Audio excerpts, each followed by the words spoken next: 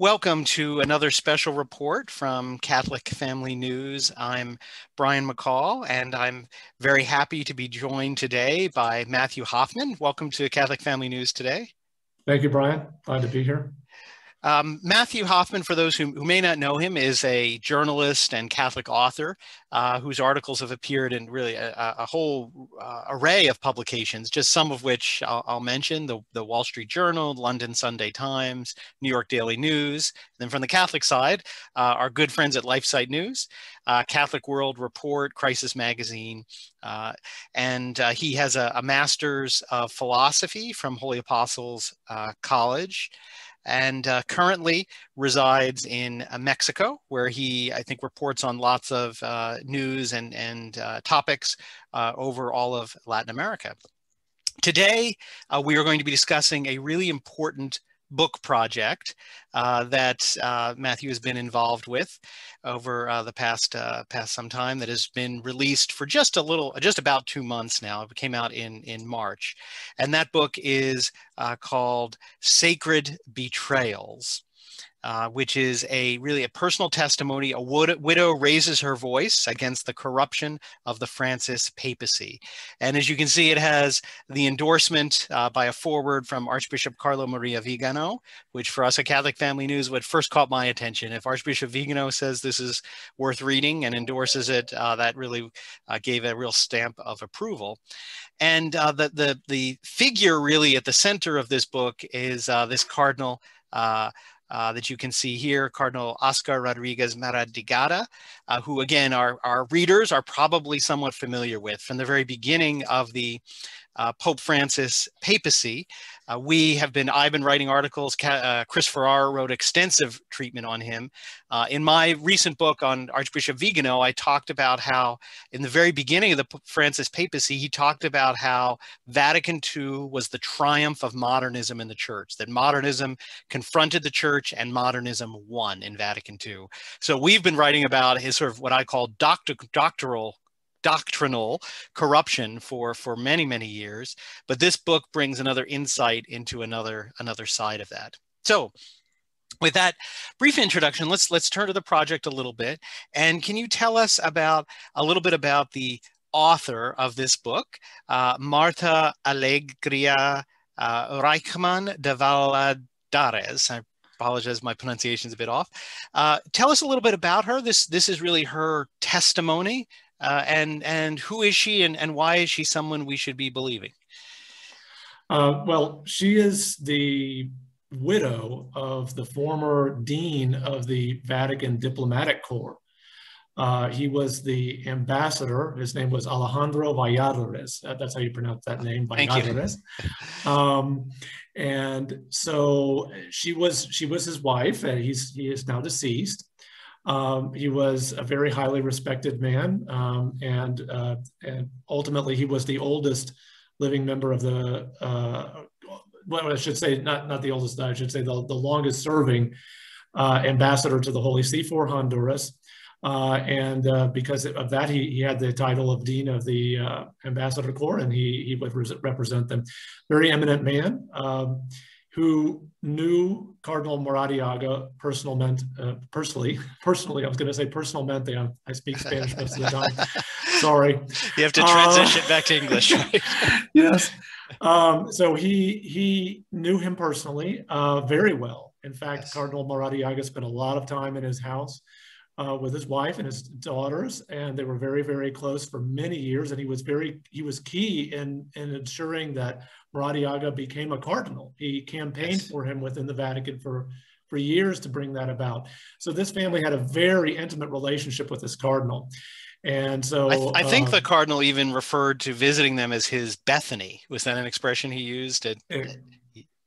You read the book. Yes. Yeah. Absolutely. It was yes. his Bethany. He said, "This is where I feel at home." He talked yes. about, he said, "If they ever make me Pope, you can come live with me in the Vatican." Wow. I mean, they were very close to him and his auxiliary bishop, whose last name was Pineda Fasquel, no longer auxiliary bishop because of all the scandals that engulfed him. But so they were very close to him, to them both, and that's why the testimony of Martha Alegria Reichman de Valladares. Women in Latin America keep their last name normally, but then you add de and then the name of the spouse. So it's Reichman de Valladares. She, her testimony is very, very compelling in my opinion. And I know her personally after years of working with her on this book. And I can say that I believe her story very much. I think she is a story that needs to be told. And again, I purposely use the word testimony because this is the name that Archbishop Vigano gave to his first public statement about the McCarrick crisis. And as our viewers will recall, in that statement and its follow-ups, he was very clear that this was not a problem just with Theodore McCarrick, that obviously that was a problem, but that it went much deeper. And he referred to a network, particularly a homosexual network within the church that really integrated both financial corruption and moral corruption into this sort of network's modus operandi.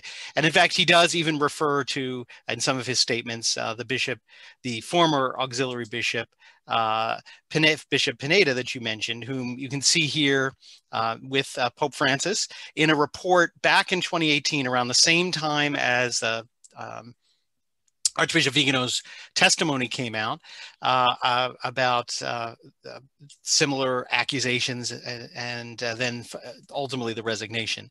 So let's get a little bit into what her tale tells in terms of both sides of those corruption. So what is there about the sort of sexual misconduct and corruption and then the financial corruption? Yeah, let's just get right to it. What is this book about? This book is about really horrifying corruption that went on for years in Tegucigalpa, the Archdiocese of Honduras. And it was really under the protection and, if anything, perhaps even supervision, we could say, of Cardinal Maradiaga. And I think we need to mention, really, who is this man, this Cardinal, Oscar Rodriguez Maradiaga, Oscar Andres Rodriguez Maradiaga. He is a very eminent figure, intimate friend of these people, but eminent cardinal in the church. In fact, actually, he's been called the vice pope by the Italian media repeatedly because he is the most influential cardinal. He is the head of what used to be called the C9, the Council of Cardinal Advisors. He's the coordinator, as they call him. And that's this elite sort of committee that's in charge of the whole reform of the Vatican. Yeah, I refer to it as the Politburo, but yeah, you could. Sadly, yes. And so he's very, very important. He's a very important cardinal. And so what her testimony tells us about are, as you mentioned, two things. One is this incredible moral corruption. What was the moral corruption that went on in the diocese for so long? Well, it was that Maradiaga had, living with him in Villa Iris, which is the residence of the bishop, the archbishop, his auxiliary bishop, Pineda Fasquel, and Pineda Fasquel's boyfriend. Pineda Fasquel was an obvious homosexual to very large numbers of people. He had this person named Eric Cravioto living there, who was dressed as a priest, but was not a priest. Living in the archbishop's residence there. And they were carrying on this relationship, but it wasn't just this. He's also accused of all sorts of sexual predation against seminarians, against losing or probably embezzling. It certainly appears to be embezzling, I have to say. It hasn't been proven because it was never adequately investigated, but well over $1 million given to the archdiocese to distribute to the poor, which never got to the poor. They used for all these trips that he took with his boyfriends or to visit boyfriends in Spain, for example, to live this sort of jet-setting lifestyle. Horrifically bad. And Maradiaga also lost over $1 million of the archdiocese in a shady financial scheme, a scam that he promoted to other people, including Martha Alegria Reichman and her husband, Alejandro Valladares, and they lost their life savings in this whole thing. And so this terrible protection that he offered of this bishop, it wasn't just that his auxiliary bishop was doing these horrible things, and that it was right under the nose of Maradiaga, but it was also that he protected him ruthlessly. In other words, if anyone raised their voice against this, they were destroyed. Their career was destroyed in the archdiocese. And so people knew that they couldn't object to what Pineda Fasquel was doing with the protection of Maradiaga. And of course, to summarize just a bit more, because just to see the significance of this, Pope Francis has been well aware of this. He launched his own investigation of it in 2017. Martha Alegria was one of the people who testified in that investigation, but I believe it was about 50 people who offered testimony in Honduras, and the Pope refused to believe any of the testimony. The evidence was overwhelming, refused to do anything about it, and ultimately accepted the resignation of Pineda Fasquel, who simply disappeared. No accountability for the money that disappeared, no accountability for the accusation of predation against seminarians, the sexual misconduct, the offenses he committed against the family of Alejandro Valladares, which also is detailed in the book, just disappeared. No accountability, absolute impunity. And publicly, Pope Francis has defended Maradiaga as if he were the victim. He's not the victim, he's the victimizer. And this is really part of this terrible, sordid tale of continuous corruption in the Holy See that harkens really back to, it reminds us, sadly, of the Renaissance popes and the terrible scandal and corruption that existed at that time, which helped to bring about, sadly, the Protestant deformation, the Protestant so-called Reformation that has done such damage to Christendom. That's the essence of the book. It's a long, very detailed account of her experiences with regard to all this and her attempts to inform Pope Francis. In fact, she spoke to him directly. She had a meeting with Pope Francis in which he promised her that she would receive justice, and then he never spoke to her again. And again, that's important to highlight. As you've mentioned, her husband was a well-respected diplomat. He was the dean of the diplomatic corps in the Vatican. And so this is someone who could pick up the phone and get appointments with and go in and see very high-ranking Vatican officials, such as the Secretary of State. And as you said, she even was able to get an audience with the Pope himself. And yet, there's been really nothing that's come of this. You mentioned Bishop Pineda just resigning. So there was never a canonical trial, never any administrative punishment whatsoever. He just was allowed to resign. Did you know where he might be today? Does anyone know? Nobody knows where he is. And I really think that that's something that has to be investigated. Where is this man? Why is there no accountability for what he apparently did, what he was apparently quite credibly accused of? What is the content ultimately of this investigation that was done by Bishop Casaretto, who was sent in 2017 by the Holy See after the outcry was just too great? By the way, the only reason the investigation occurred is because the apostolic nuncio who was sent there he was an African, a very conscientious man. It sparked outrage, I think, with Maradiaga and Pineda Fasquel. They refused to even go and go to his residence to an annual breakfast he had there, because he was determined to actually do his job and actually investigate these accusations that were constantly being made. And it was because he filed his report the way he should have that the Vatican really ultimately had to do this investigation. But it just ultimately ended up being, well, in essence, a whitewash, because the Pope refused to accept the mountain of information that was given to him to document this misbehavior. That's apparently the case because we haven't seen the report. I think we ought to be able to see the Casaretto report. We need more transparency in the church. It's one of the few things that maybe could have come out of Vatican II that would have been good, because really there needs to be accountability and transparency. If you don't have that in any institution, you have all sorts of misbehavior, and that's what goes on in the church. I say this because reluctantly to say complimentary things about Vatican II, because I think that Vatican II is a disaster. But I'm just saying that in so many ways. But I'm just saying, actually, that emphasis on the increased involvement of the laity wasn't really such a bad thing if it's carried out the way it ought to be. Right, from a pope who has proclaimed a zero tolerance policy on corruption. Yes. Not quite zero doesn't quite mean zero, I guess. No. So now how might we explain, so she was very close. We already talked about very close to the cardinal. How might she explain his involvement? Let's take the financial side for example, where, as you've mentioned, he persuaded she and her husband, to invest their life savings for retirement in a financial scheme in which they lost everything, and he supposedly lost millions of dollars from his diocese that was involved in this. So is it just that he was a victim and he had no financial literacy and didn't know what he was doing and just got victimized, or what really was going on there with the financial side? No, he's not. He's not some innocent little lamb without any awareness of these things. Very sophisticated man, highly educated, speaks all these languages. In fact, his propaganda apparatus in Honduras is constantly just extolling his virtues and his abilities and on and on. And it's true, he's not an unintelligent man.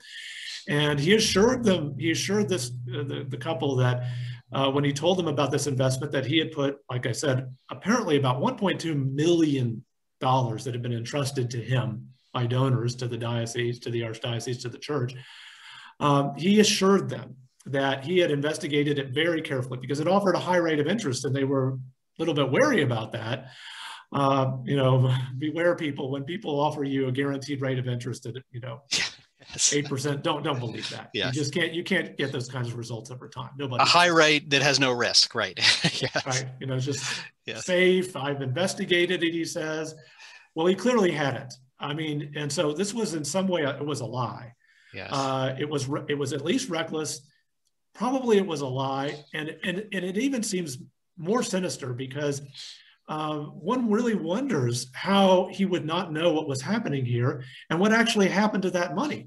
Was this a way of laundering the money of the diocese and maybe even obtaining the money of the Valladares family also in the process? Did Maradiaga get a cut? I don't like to ask that question, but I'm forced to ask that question. I think it's a reasonable question to ask. It was never investigated. There is no accounting for this money. The money disappeared. There is no accounting of it at all. And he's not been compelled to make accounts. Why are our bishops, why are our prelates not compelled to render accounts to the church and to show what they're doing with the money they have? Now, there are reforms going on in the Vatican now that are requiring them not to accept gifts, for example, beyond a certain value. That's a good step. That's actually a good step that Pope Francis has taken. But, as they say in Latin America, as Latin American dictators say, for my friends, everything, for my enemies, the law. Yes. So, this is how I hate to speak this way about the Supreme Pontiff, because I think he deserves that title until otherwise specified by the church, which I will leave to the future, any kind of future tribunal perhaps on these matters. But to speak this way of the Supreme Pontiff is painful to me. But really, he does behave, and it has always behaved, or has for a very long time, since he was the Archbishop of Tegucigalpa. Of Argentina, of Buenos Aires. Yes. He's behaved like a third world dictator, like a Peronist dictator, actually. It's been pointed out in The Dictator Pope, which is a really good book that I encourage people also to read. If you want to understand Pope Francis. So that's how he behaves. He will apply the law very rigorously to those people who he perceives as perhaps not sufficiently in his camp. But if you are in his camp, if you are his ally, he will tend to protect you at all costs. And this is not just with Maradiaga. There are other bishops and other priests that have been under his protection for quite a while. He refuses to act on very credible accusations against them because they have a good relationship with them. And again, we've always been clear at Catholic Family News, people shouldn't be punished just because they're accused of something. We always have to give people the presumption of innocence. But what has to follow is a trial, a process. So someone's accused. Yes, you don't jump to conclusions and start treating them as guilty. But What is troubling is when somebody's accused and then they just resign and run away, and there's never that process. And again, whether they're guilty or innocent, that's not good for the person, because that leaves this cloud, as we're talking about, hanging over that, wait, somebody was accused and then nothing happened. Well, what does that suggest? Right? That's that's the big difference. It's not like somebody was accused and there was a legitimate judicial process and they found, okay, this was not credible.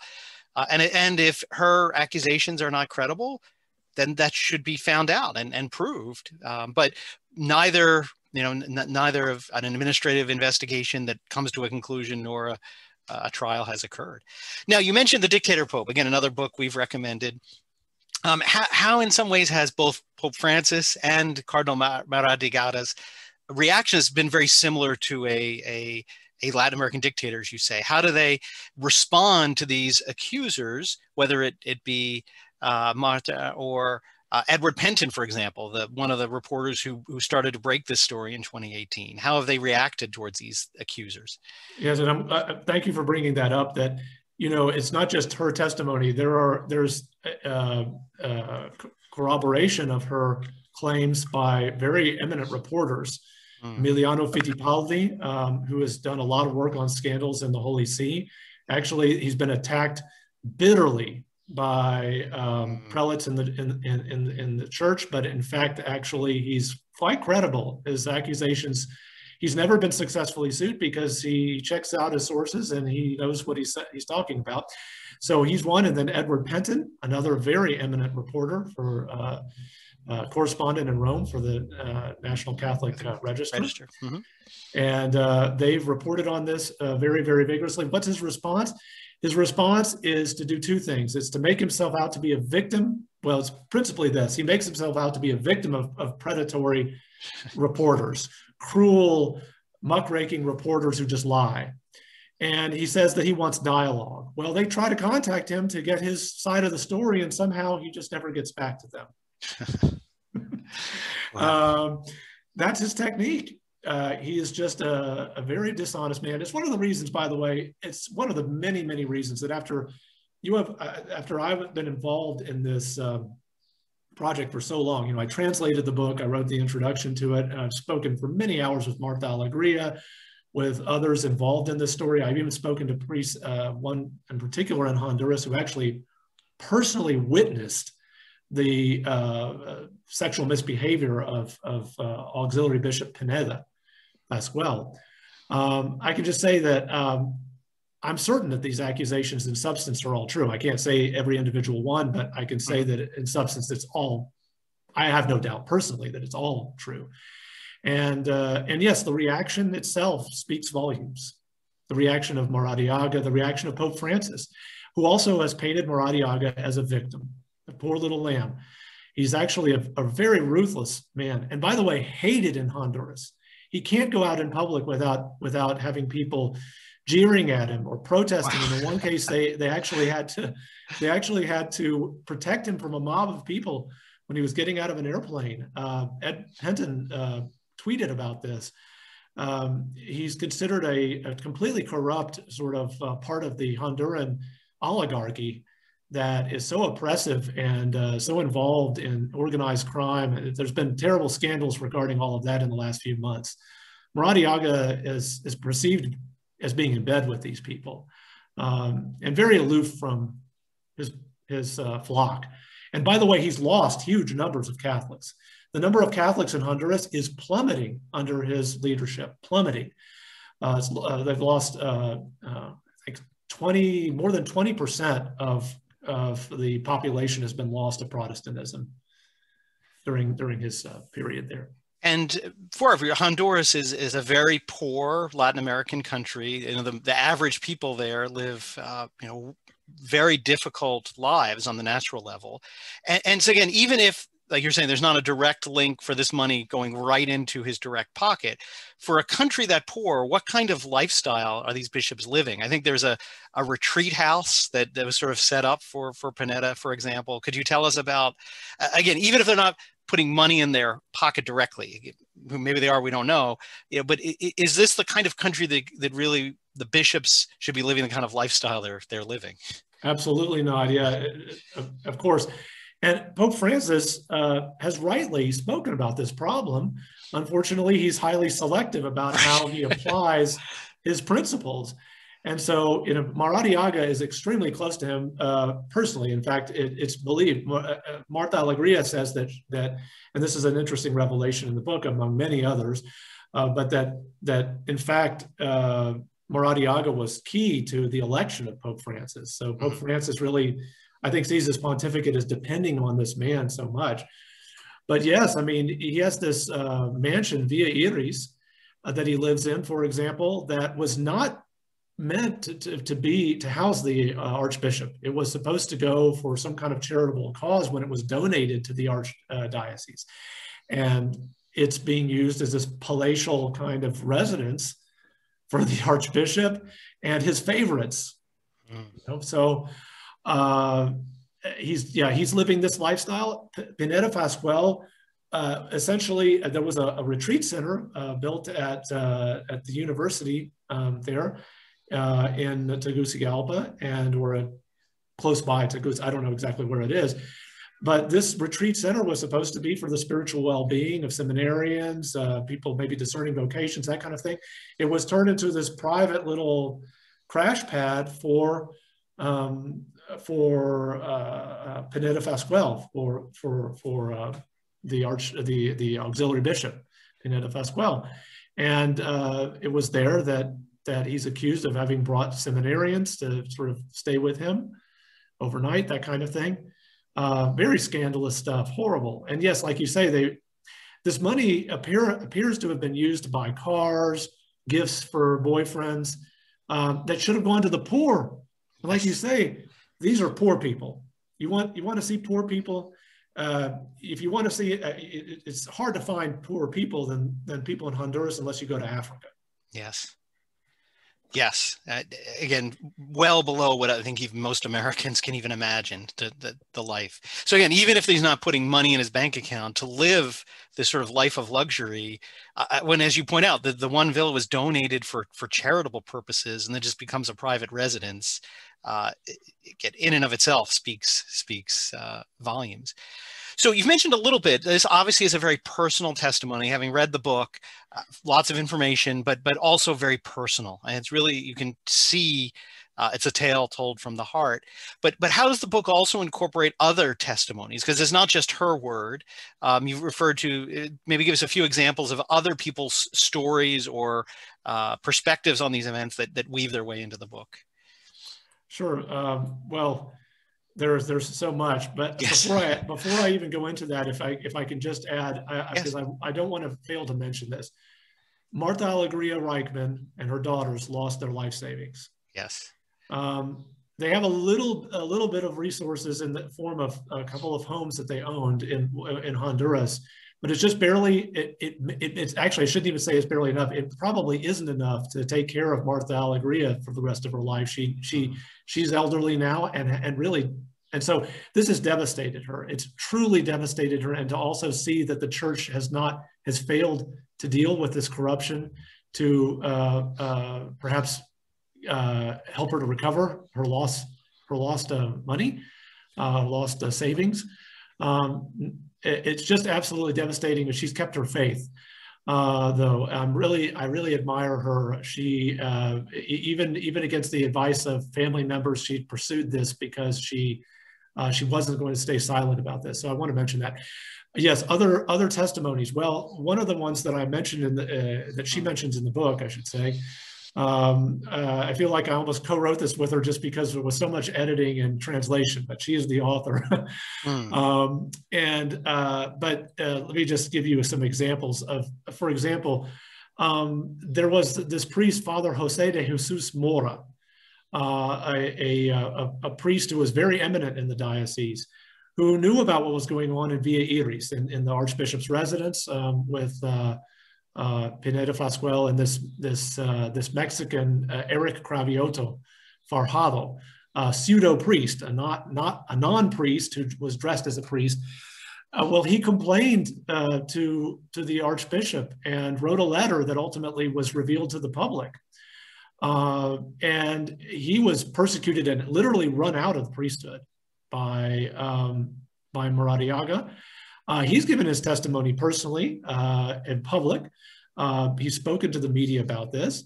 And in fact, Father Alberto Coutier, who is an ex-Catholic priest, left the priesthood because he was caught in an affair and became an Anglican so-called priest, in his book Dilemma, about his experiences in the church, actually relates the case of Father Jose de Jesus Mora, and he did so before Martha Alegria ever wrote this book. He knew about the case. It was very well known in Central America, I think. And in fact, Coutier was asked about how his book Dilemma was being received in Honduras.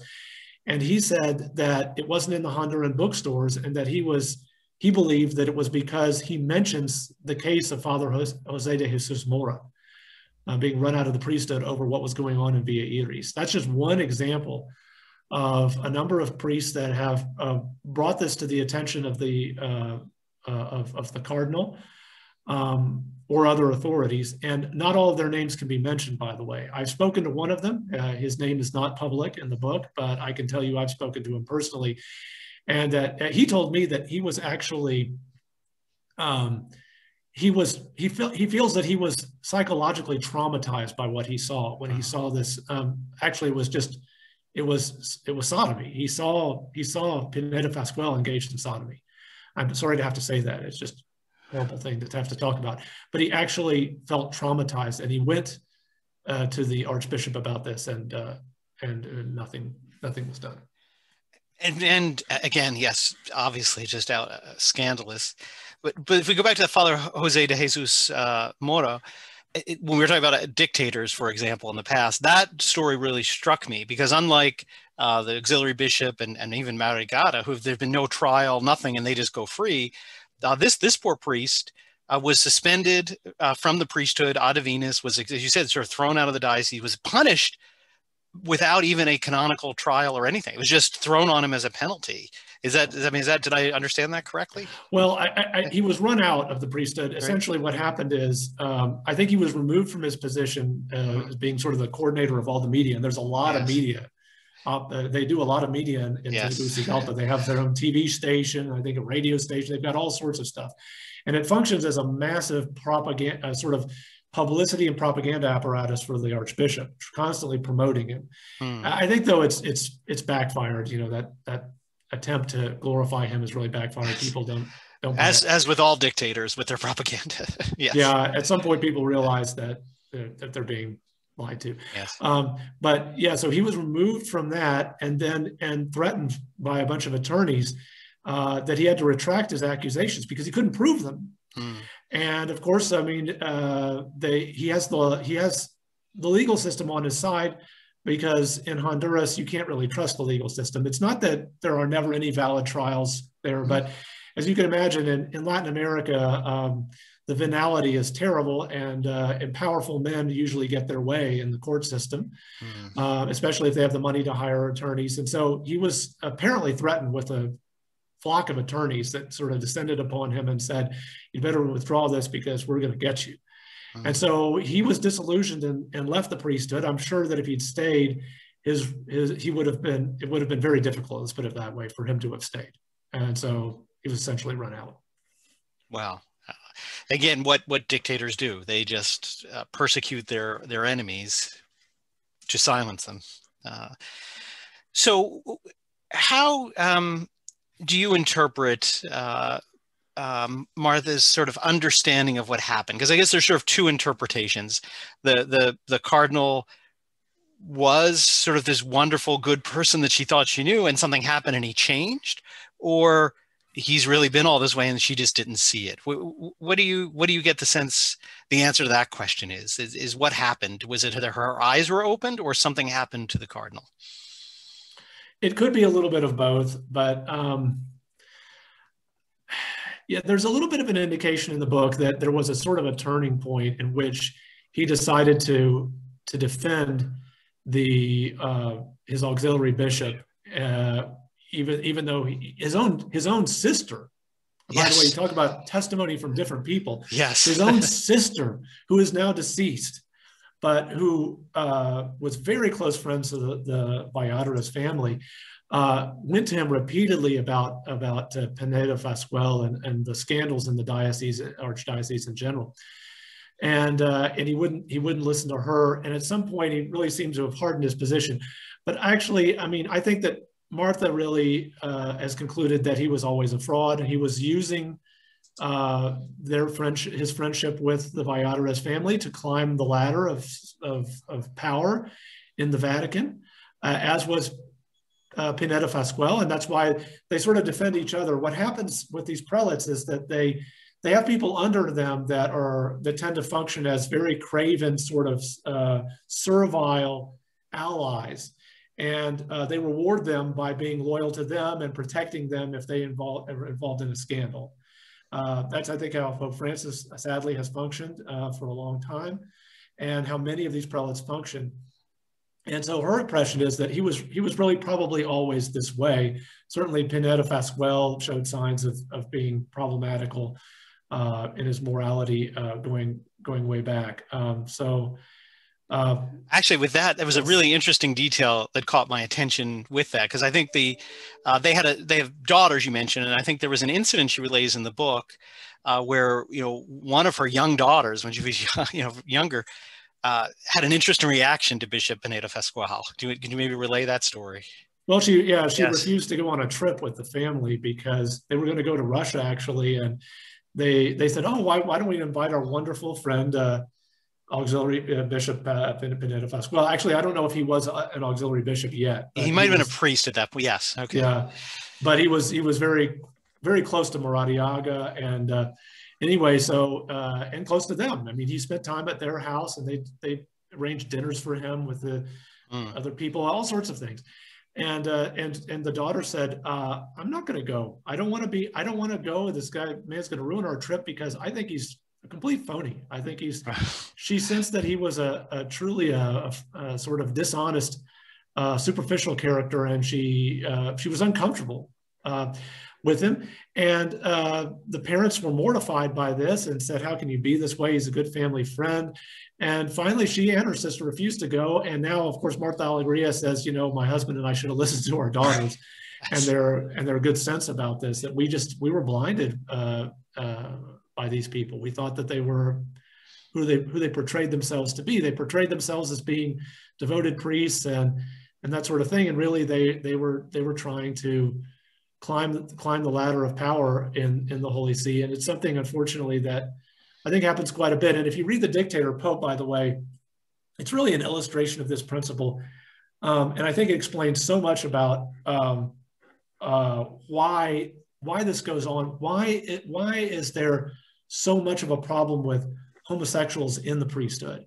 And I really think it's because bishops tend to prefer homosexual priests, or priests that are, let's put it this way, who are effeminate, who lack backbone, lack courage, hollow men, who are utterly servile to them because that's what they want. They don't want people, they don't want a clergy under them that stands on principle. And so that they themselves, as prelates, as bishops, could rule on principle, because you have nothing to fear from priests who are principled men and masculine men if you are actually ruling your diocese in the way that you should. You're leading your diocese in the way that you should. But if you if you want absolute power and control, and that's your point, that's what you're seeking, then you're going to seek craven, effeminate people. And I really think that's why so many, it's a power issue, why so many of these bad priests have been elevated. And I think we can see this illustrated very well in the relationship between Maradiaga and Pineda Fasquel, and also between Pope Francis and Maradiaga. Ultimately, it's the same kind of general principle. You're loyal to me, I'm loyal to you. You obey me without question, and you always are on my side, and you never stand up to me and tell me I'm wrong. That's not what we need in the church. We need priests who are willing to tell their prelates that they are wrong. Thomas Aquinas said that, right? Augustine said it, that sometimes we have to, even the Apostle Peter, the first pope, had to be told off by St. Paul in front of everyone. It was necessary.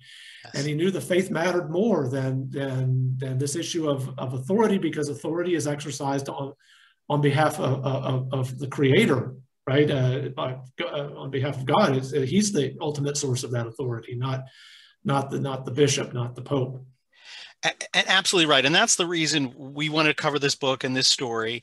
And that's, again, I think the lesson of Archbishop Vigano. This is not just the case of individuals here and there who are morally corrupt. And the history of the church is filled with examples of that. There are individuals who have, their fallen human nature they've given into and have been morally corrupt. The deeper story and the more, and that would just be the church would just move on, because it's an institution with a human element, and that's there.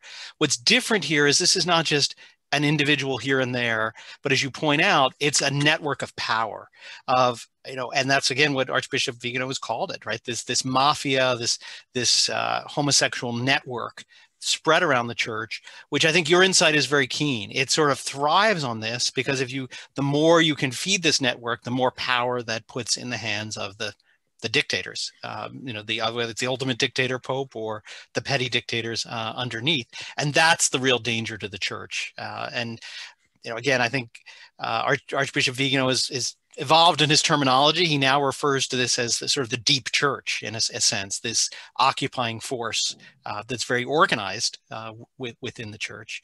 And that's why we at Catholic Family News think that it's not just promotes salaciousness and let's just see what these bad things these people have done, but it points to a deeper structural problem within the human element of the church that needs a strong, principled pope and bishops, as you say, to deal with on principle. So I guess just touch briefly before we wrap up. You've touched on a little bit, but your involvement in the book has been to translate. It sounds like to, in a sense, verify yourself of the accuracies of these. So a little bit you can tell us about how you got involved in the project and what your role was.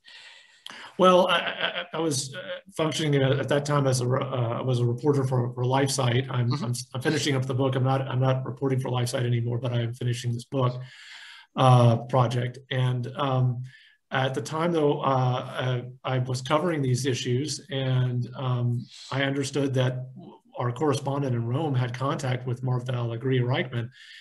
And when I found out she had written this book, which she wrote originally in Spanish and was only published in Honduras, it never really went out from there. It was reported on, the book was reported on, but the book itself wasn't published to a wider audience.